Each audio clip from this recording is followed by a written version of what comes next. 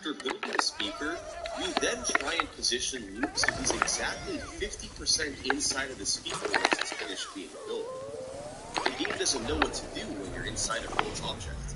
So if you're next to a wall, it will sometimes push you through it, meaning you can go out of bounds and skip building the disco party to save 40 seconds. This is a really precise trick, since you have to be positioned just right to flip out of bounds. But if you miss it, you can just break the speaker and build it to try again. With all the competition from top runners, people didn't expect Seymour's record to last long. But it would only last for 3 days. On Valentine's Day 2019, Shred took the record with a 3:06.27. Shred had been running the game for over a year, but only became a serious record contender early in 2019. And his record was an improvement by nearly 3 minutes, which was especially impressive given that it was played on a Wii. It didn't do much new over Seymour's record, but was better executed. It had a first try ultra kill and a cleaner episode 6 overall.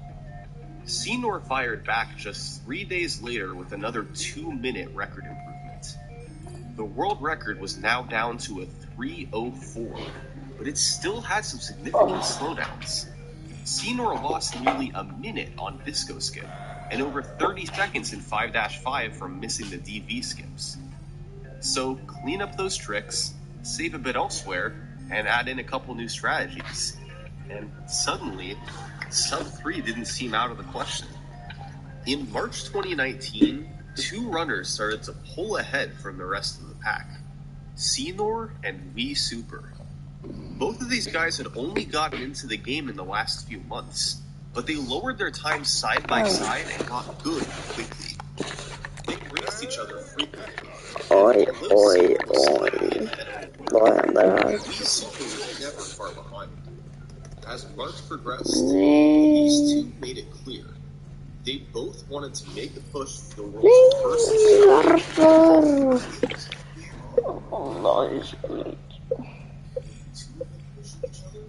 A sub 3-hour run started to feel more real.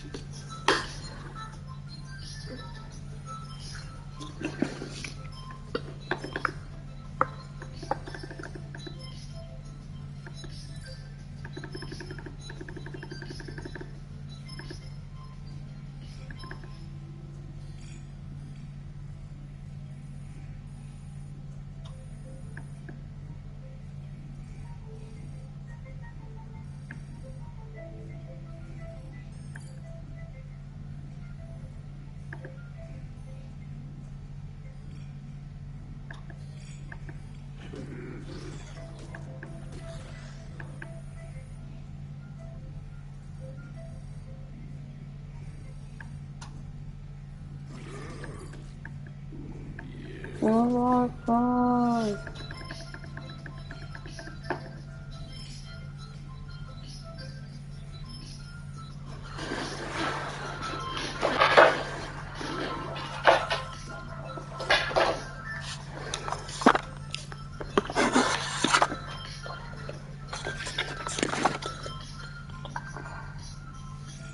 The world's first sub 3.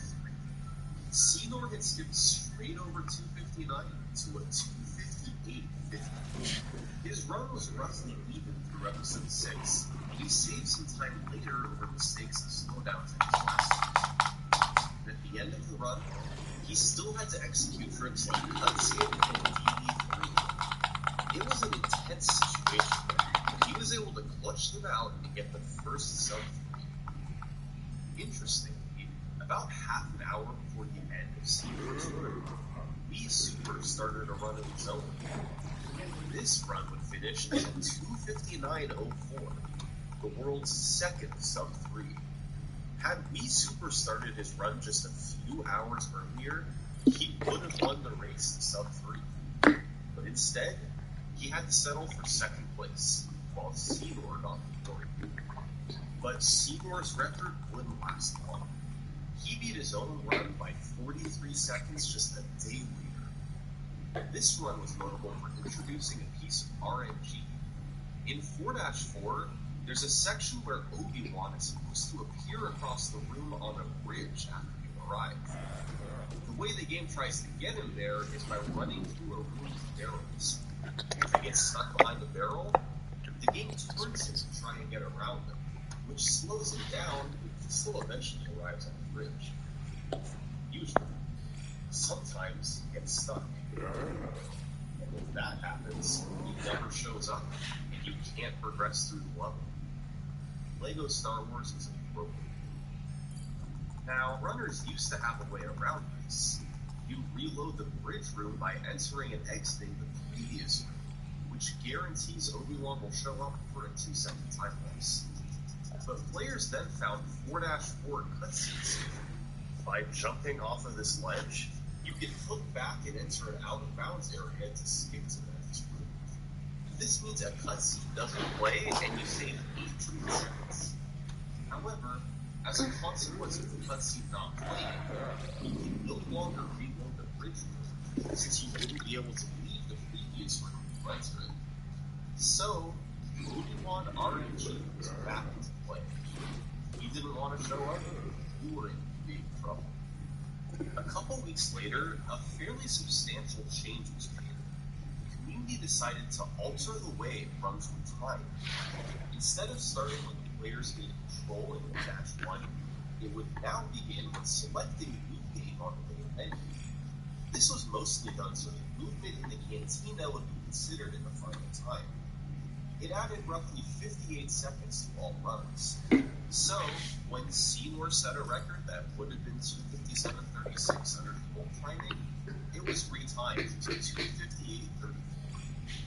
And that made it 4 consecutive records for Senor. He was the first sub 3, and now he was taking control of the leaderboard.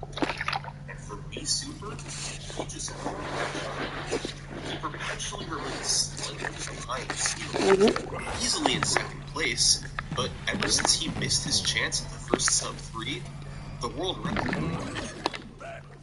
But after the 2:58.34, Senor announced that he would be taking a break from the category to focus his efforts elsewhere. Maybe this was the chance Wii Super needed. With Senor at least temporarily out of the picture, he could hone in on improving his time without needing to compete with anyone. As it turns out, just 2 days later, it was only record by a second, but Wii Super had finally overtaken Senor. It was a run with a great early game, but he lost some time on his leader skip and had a weak episode. Still, Wii Super broke him through. Was this a one-time deal, or was he about to make something more? 6 days later, a 60-second record improvement by Wii Super, largely due to saving time in episode 4. The very next day, another minute and a half world record. 3 weeks later, 2 record improvements on the same day. 3 days later, a record cut by nearly 2 full minutes. Then Wii Super took a break. When he came back, another world record. 7 records over the course of 3 months for Wii Super. The final one was a time of 2:53.04. After a while, Senor had come back to attempts, but this time the tables were turned. He was the one who couldn't catch up to Wii Super. The way he went on this run was through both improving his own skills and utilizing new strategies. In 2-6, Wii Super began using Dooku Skip. By standing on a barrel, you can force it with player 2 and click under the floor. By then dropping out with the inbounds player, you can lead them forward past the trigger for the Dooku fight and enter the next room. The trick was found by Senor and saves up to 30 seconds. Wii Super also began using it allows you to hold the special button in ship levels and make everything on screen explode, which can save you about 20 seconds in 5-1. And interestingly, with these new tricks being incorporated and runners' skill levels improving, someone new moved into second place. Shimkin. He had been in third place for months, even being a part of the initial sub-3 grind, but he always remained behind Wii Super and Senor. By May, he was ahead of Senor. And sure enough, when Wii Super woke up on the morning of July 6th, his record was gone. Shimkin had beaten it by over a minute, getting a 2:52 flat. It was a relatively early, but after a gold split in 3-2, he was off to the races. He pulled ahead of the record and crushed it. So, Wii Super had to get back to work. And it took him 13 hours to get the record back. Over the coming weeks and months, Wii Super and Shimkin would trade the record back and forth. Wii Super was the first to take it under 250 with a 240 next record, and by the end of the year, it was down to 245.39. How did these two take the record down by 7 minutes? Well, there was a new red brick, Fast Force, which does what it sounds like. It lets you force objects faster. To obtain it quicker, Shimkin found a method of going out of bounds, then doing a depth warp to get back on track. It's unlocked in 4-2, so players started playing episode 4 earlier in the run so they could use Fast Force for episode 6, 3, and 5. And of course, there were a plethora of new strategies discovered in the second half of 2019. Some were small and saved a few seconds, while others saved closer to half a minute. But the big one was in 5-6. It's the last stage of the game, and it had an evolution of skips over the years. Way back during AZQ's record reign, runners started doing a trick called Mexican out of bounds. You jump roll off a ledge to land out of bounds, and progress forward in the stage, skip having to build C-3PO and open the door.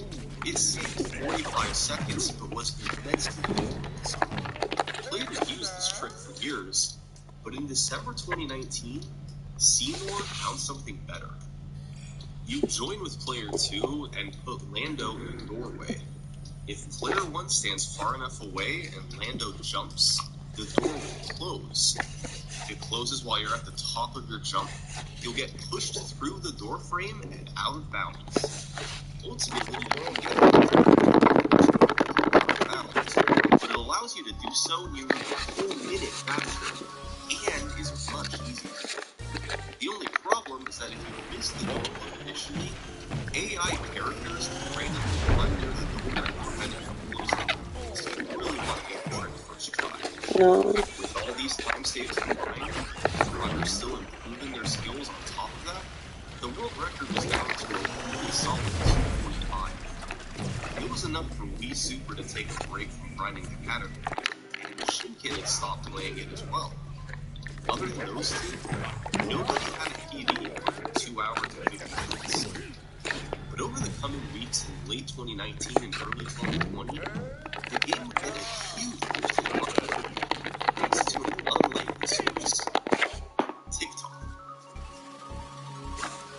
There was a big wave of nostalgia from LEGO Star Wars. Millions played it while growing up, and after years had passed, they looked back on the game fondly. A trend began on TikTok where people changed their profile pics to mimic how they look in LEGO Star Wars, with a green or blue circle around them. This increased the game's popularity on the internet as a whole, as people remembered LEGO Star Wars and wanted to experience it again. As such, speedrun streams and videos exploded in popularity.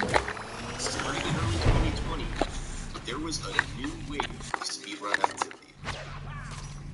And suddenly, by February, Wii Super had new competitors on its doorstep. In second place was T-Fresh, and in third place was Led Astray. Both had a time of 2:47, and both had aspirations for the world record.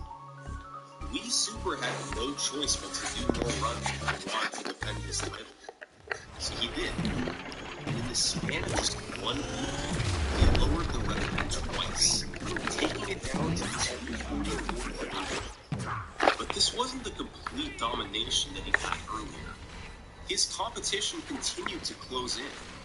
Led Astray got a 2:46, and a familiar face had actually jumped into second place.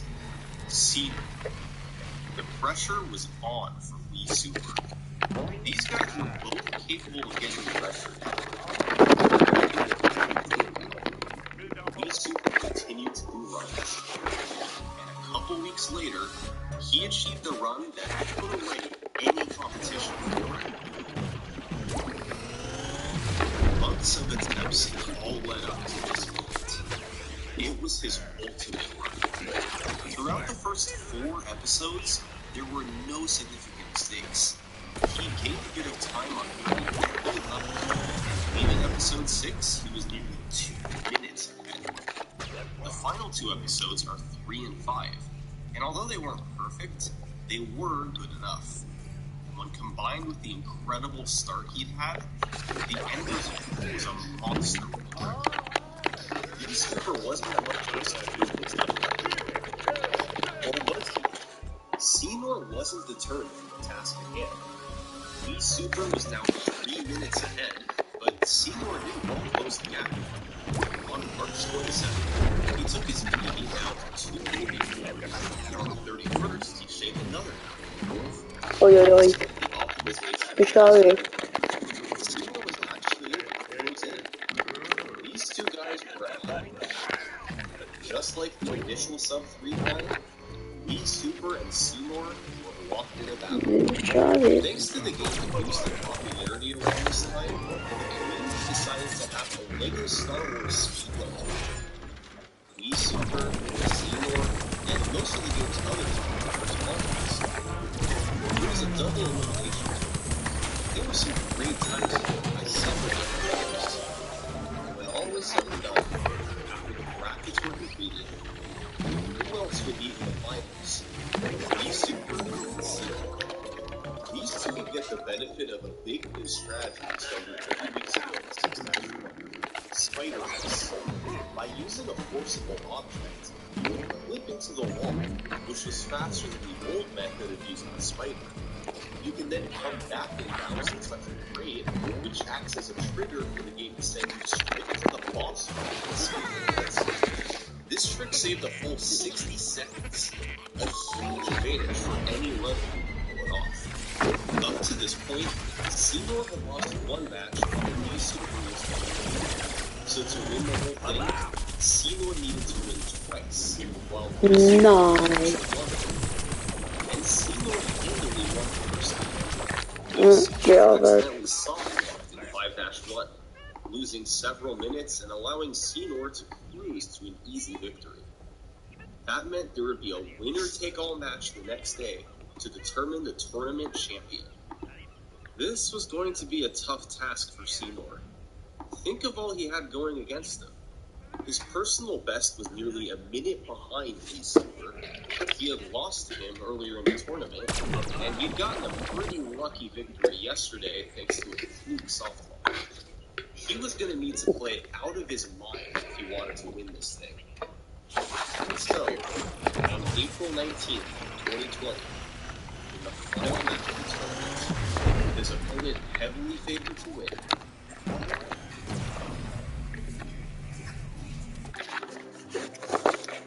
This was Seymour's first world record in over a year, back when the run was 16 minutes slower.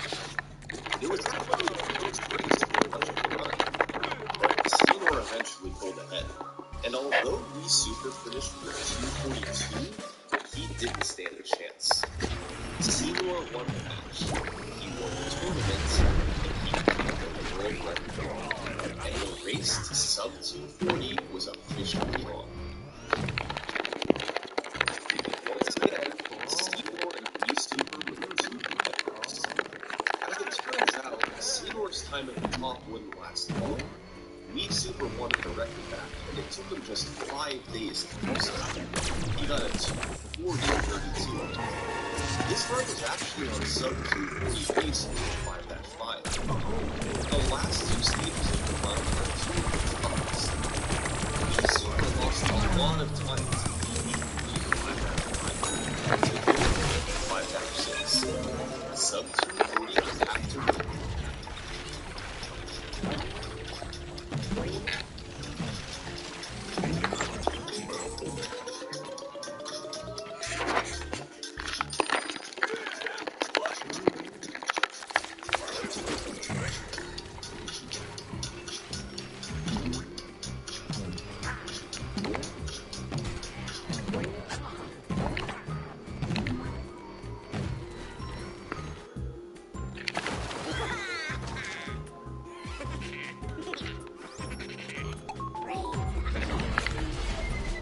Super lost 45 seconds to Dorkwood and missed sub 240 by just 4 seconds. It's a great example of how tough the end runs. Doorclip is in the very last stage, and if you miss it initially, bad luck can make you lose the run. Over the following few weeks, competition caught up. A couple runners named Pickle and Ginger Legend got times in the 241 range, placing the pressure levels. And on July 14th, Seymour had a run on sub 240 pace in 5-6. But once again, Dorkwood ended up 1 second behind the world record. V-Super had waited too long. Other players had caught up, and it was a dead heat for sub 240. On July 22nd, V-Super had a run with a fantastic first two episodes. He then lost his home in 4-5, but it picked up his whole stage for the back. He had a rough 5-5, but with time save of 5-6, sub 240 was still possible. He got Northcliffe quickly and left just enough room to sub 240. 239.49. V-Super won the race. This was V-Super's 22nd win. He faced competition from some of the best in the world. But time and he improved with his sub 240 accomplished, V-Super finally felt the break. And the runners in second through fourth place, Seymour, Pickletoe, and Ginger Legend, lost motivation even for the first sub 240. So, they all stopped running the category as well. For the first time in many months, there was little activity in the top of the leaderboard. That meant there was technically a opportunity for someone outside of the top 4 to swoop in and make a move. Let's take a look at who was in the 5th place. This is E-Rose. He had been running the game for about 3 months and managed to complete the rest. However, during the sub 240 grind, he was comfortably behind the big 4 runners. He wasn't expecting to see a shot at the lead. With all 4 of them stepping aside, this was his chance. In early August, he stepped into 5th place and lowered his PB down to 241.12. And on August 10th, he got on a run where he pulled about 15 seconds ahead of the record at the end of episode 4. There was still a long way to go if he kept nailing tough tricks. Spider Woods on 6-1, Meter Skip in 6-3. A shot at the world record was starting to seem more and more like a reality. He was competing against an incredible episode 40 of the world record, so he bled some time there, but going into the last 2 levels of the run, 5-5 and 5-6, he was only half a minute behind. Time to enter the trick gauntlet. DV1, first try. DV3, multiple big but fifth try. DV4 jumps, both first try. Randy Dorton. second try. This all saved about 40 seconds of their last two levels of the Super's run. They would have been up for E-Road House 39-43. He had leapfrogged over Pivotal, Seymour, and Wii Super to get the world record. There was a new face on top of the Well, Wii Super was going to take a step ahead. E-Road House only beat him by 6 seconds. Surely it wouldn't be too hard to figure out. But Wii Super wanted something better. There had been a number of new strategies developed at this time. Wii Super knew that if he utilized them all in a full run, he could beat E-Road House's time by minutes. We won't go over all of these new tricks, but there's two particularly big ones. First one, well, Lego's Star Wars has an ultra trick. Level 1-4 is the pod race. You have to drive around the road. For years, there was no way to get the up. Even the fastest world records just drove the 3 laps. But in mid-2020, E53, Capster, and Seymour combined to develop a trick called pod fraud. It's a very complicated trick, but the gist of it is that the game's only method for checking lap completion is seeing if you've touched an area on the far side of the course, and seeing if you've touched the finish line region. So after driving a lap of one region, you go out of bounds with 2 players, leave one by the finish line region, and try to get the other to the far side. This middle section out of bounds kills you, but it lets you build up speed quickly. So, by trying a few times, you can build up enough speed to make it across. By touching this region, the next lap is activated, and you skip having to drive around. This setup takes about 25 seconds, but a lap only takes about 60, so you save over half a minute. The other big skip is called Grieve Cheats, discovered by Pickletoe with concepts from Fezteo. The general Grievous fight is normally a slow, scripted battle, where you jump around the level and then attack him on the main platform. However, you can learn to perform unscripted actions if you're actively standing on this platform. So, you can use Obi-Wan to lure him toward a rock, then jump off the platform and shoot him with player 2 before he walks too far away. By repeating this over and over, you can drain his health without having to ever perform scripted actions.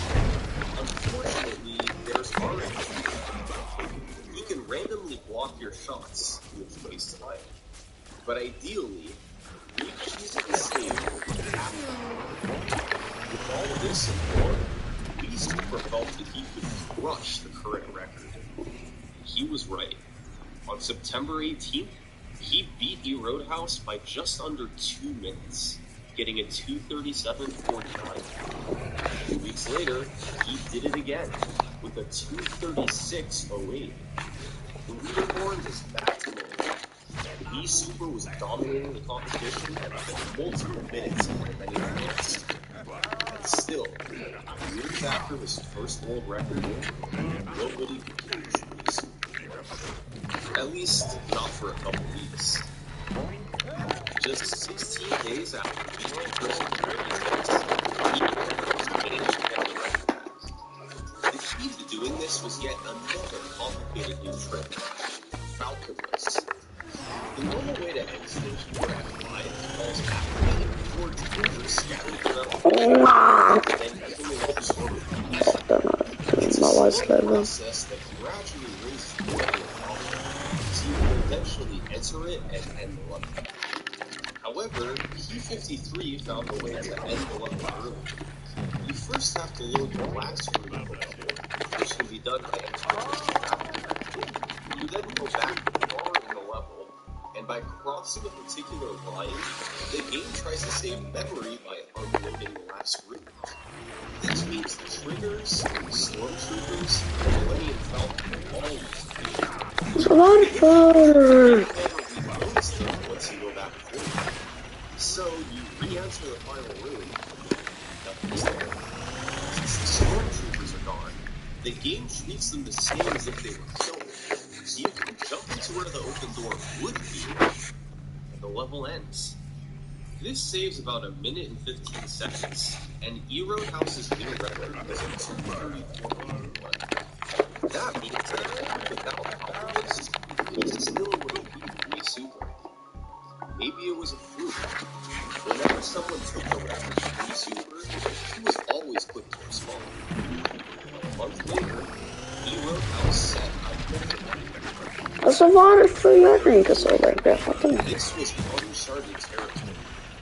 When was he going to respond? Well, a couple weeks later, E-Roadhouse got on a run that was 25 seconds ahead of Episode 2. This was the best pace anyone had ever been. He lost a little time with this clip recording, but maybe På grund av den här leveln. Den bara funkar.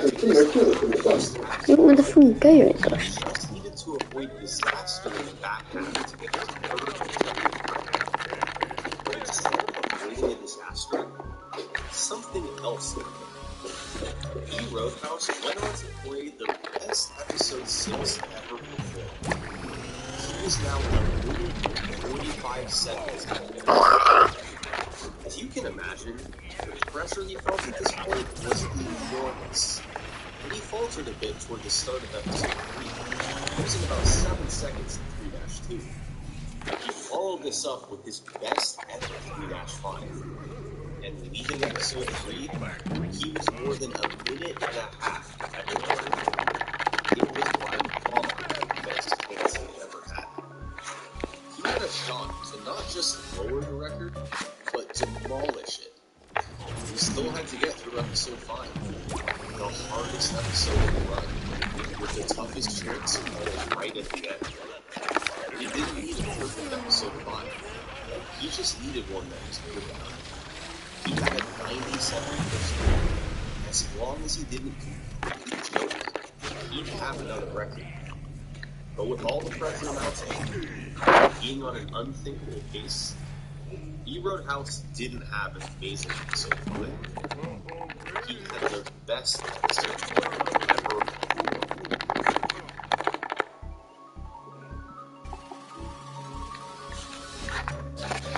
This was by far the greatest record. E-Roadhouse had seen 233 Varför funkar det inte? Jag fattar inte. minutes ahead of second place. There was nothing more he could do. There was nothing anyone could do. E-Roadhouse was the game's new top runner, and it was hard to imagine this record being beaten anytime soon. So, he took a break. Since nobody else had a personal best below 236, there were no challengers for the record. However, it didn't stop players continuing to run the game. But the nature of the competition changed. It was now a map to second place rather than the world record. About a month after a new runner moved to second, Gingerlight. A few days later, he'd be beaten by Seymour, getting a 235 and then a 234. It's important to note that there were very few new strategies being utilized. The vast majority of their difficulty came from getting better at the game. Fewer mistakes, better movement, that sort of improvement. By February, a runner named Zach achieved a 235. In March, there was a trio of runners at 234. Seymour in second place, Ginger Legend in third place, and Zach in fourth place. For the first time since he set his mammoth world record, E-Roadhouse was feeling a bit of pressure. They were still minutes away from his record, their times had dropped. So, he decided to end his break and go back to record attempts. But he struggled to get good runs going, especially compared to his incredible 231. On March 6th, Seymour would once again lower his second place time to 233.05. He was now within 90 seconds of the world record. E-Roadhouse had 2 of his attempts.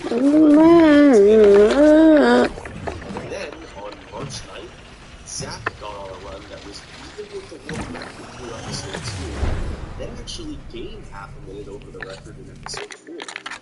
Once again, this was mostly due to better gameplay of the records. He ended up losing time to the incredible episode 6 and 5 of the Roadhouse's record, but still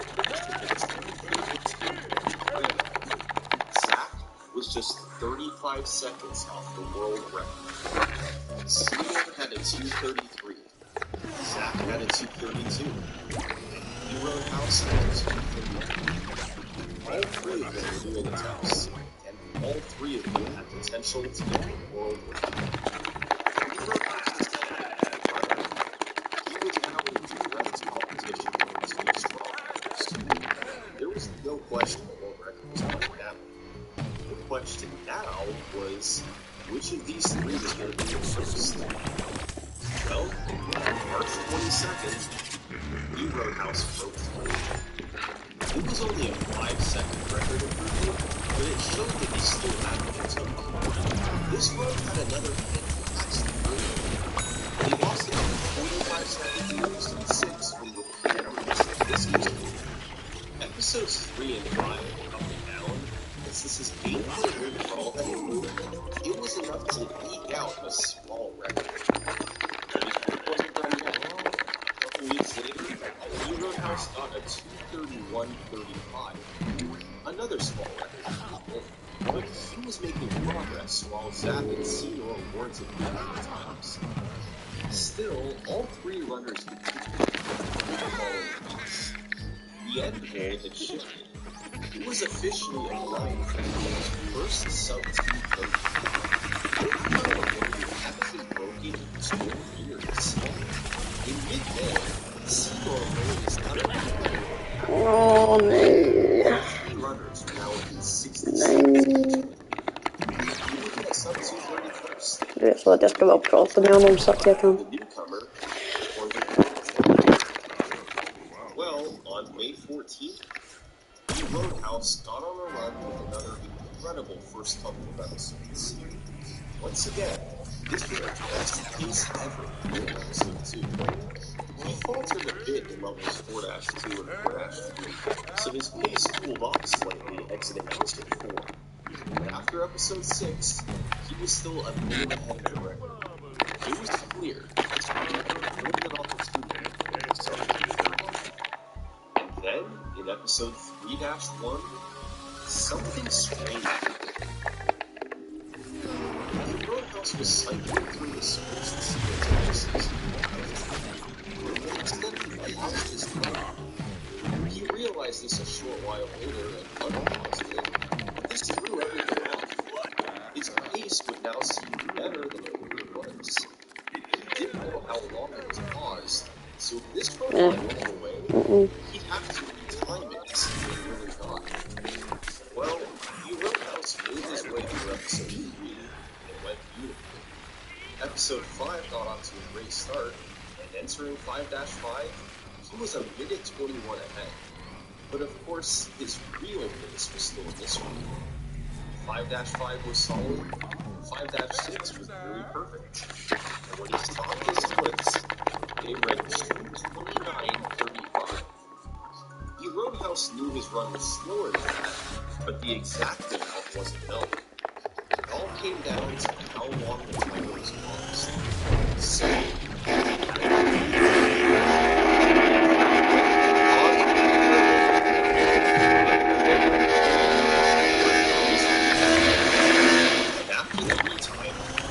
found that for 21.5 seconds, meaning his run was a 2:29.57. By the skin of his teeth, he had done it. His 6th world record in a row was his most important one yet. The Roadhouse officially had the world's first sub-230. In the aftermath of this run, Zach and Seymour continued doing the PBS run.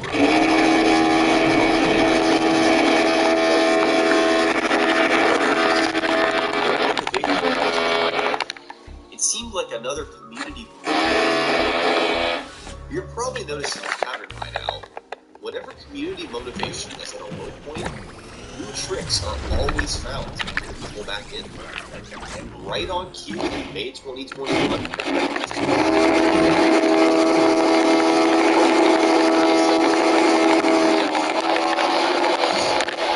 the one we're is the one discovered in 5-5.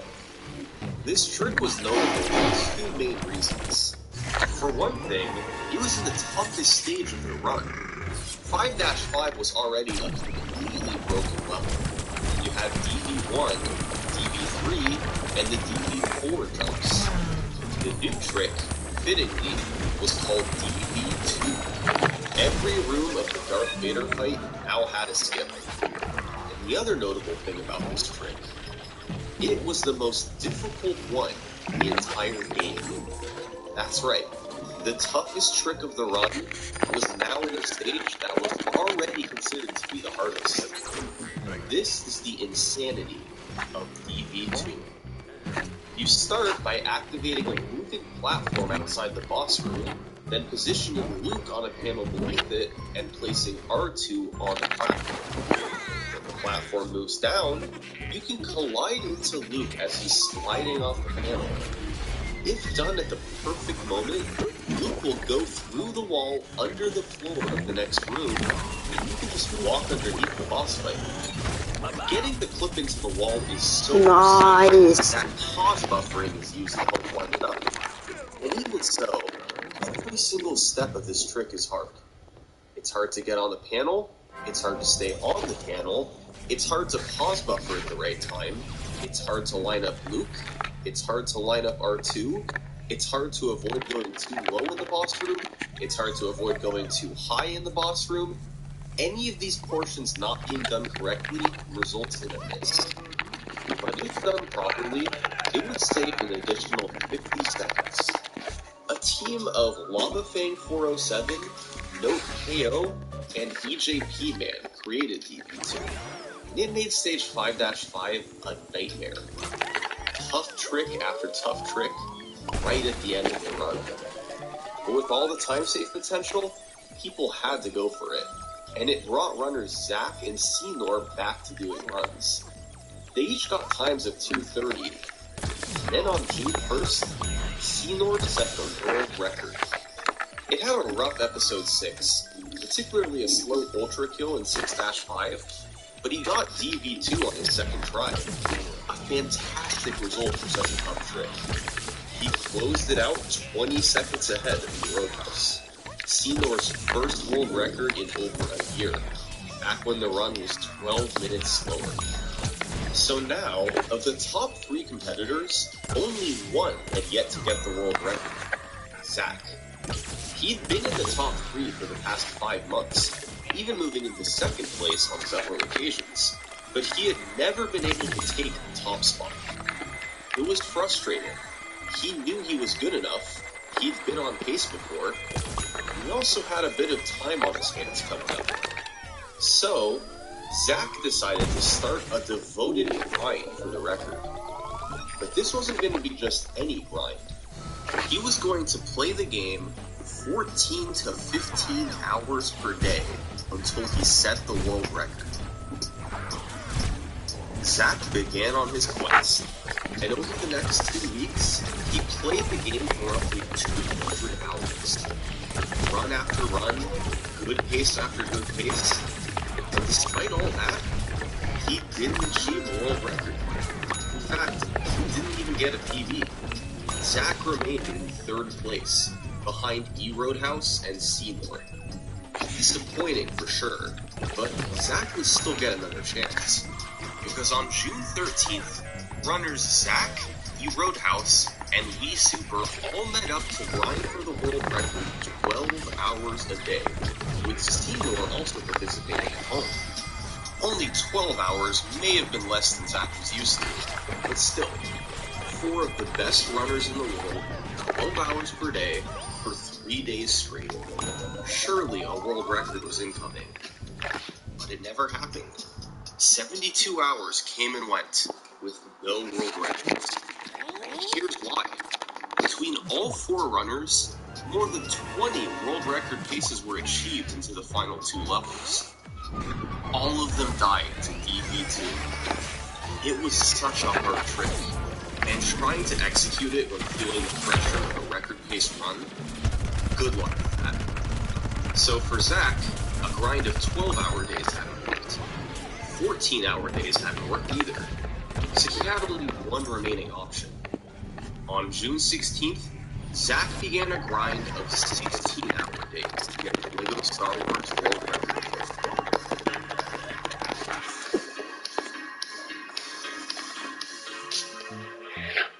And he never had any runs on record pace. It was starting to seem hopeless. But on June 18th, Zach finally got a run deep ahead of the record. And what a pace it was. Entering 5-5, his best possible time was 2:28.43. That was a good enough pace that he didn't even need to do DV2. He could get the record without it. But Zach was committed to going for it. And on just his third try, he got in the wall. If he could just make it to the end of the room, he'd be in the clear. But disaster struck. He went too low and died, forcing him to start DV2 over again. He lost over a minute and ended up missing the record by just seconds. Had he skipped doing DV2, he would have had the world record. So, Zach kept going. More long attempt sessions, more failed runs. But on June 24th, he'd find himself in an eerily similar situation. A best possible time of 2:28.08 into 5-5. Once again, he could skip DV2 and still get the record. Once again, he was committed to going for it. It was a decision that cost him the record last time. But this time, he hit it first try.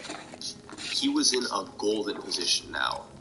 He closed out 5-5, got door clip, and when Zach entered the Millennium Falcon to end 5-6, he had just set a new world record by over a minute.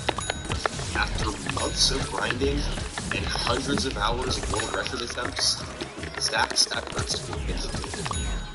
This record didn't stop others from trying. Senor, Me Super, and E Roadhouse all continued doing record attempts after the in-person meetup. But eventually, their attempts stopped, in large part because 5-5 was such a demoralizing stage. So, throughout the rest of 2021, Zach's time remained at the top of the leaderboard. He went from not being able to set the record to holding the top spot for 6 months straight. In early 2022, Zach decided to come back to the game. It had taken him hundreds of attempts and many months of grinding to set his world record. And on top of that, he hadn't seriously ran the category in half a year. So, expectations weren't too high when he started up runs again. But instead of being the underdog like he was in 2021, this was the Zach of 2022. Last year, it was a big deal when Zach finally managed a world record. This year, he was unstoppable. You Roadhouse, Senor, B Super, none of these guys could catch up. By June, he had taken his time down to 2:27.19. Zach was using even more 1P2C than in previous runs. 4-4.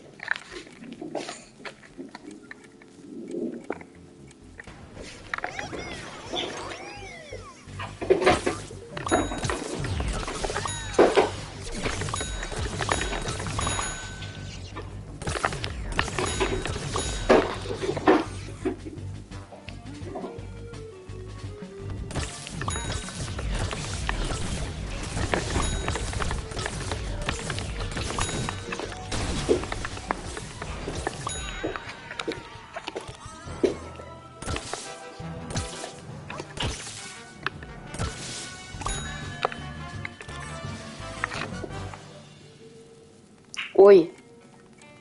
Oj, oj, oj. Är det här bra? Det vet inte jag.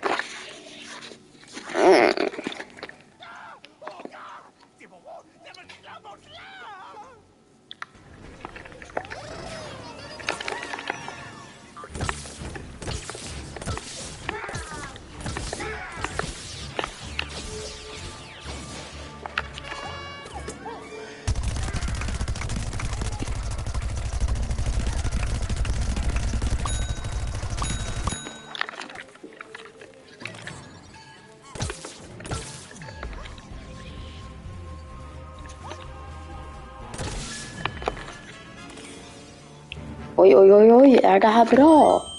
Är det här bra? Är det här bra? Det är det som är frågan. Är det här bra?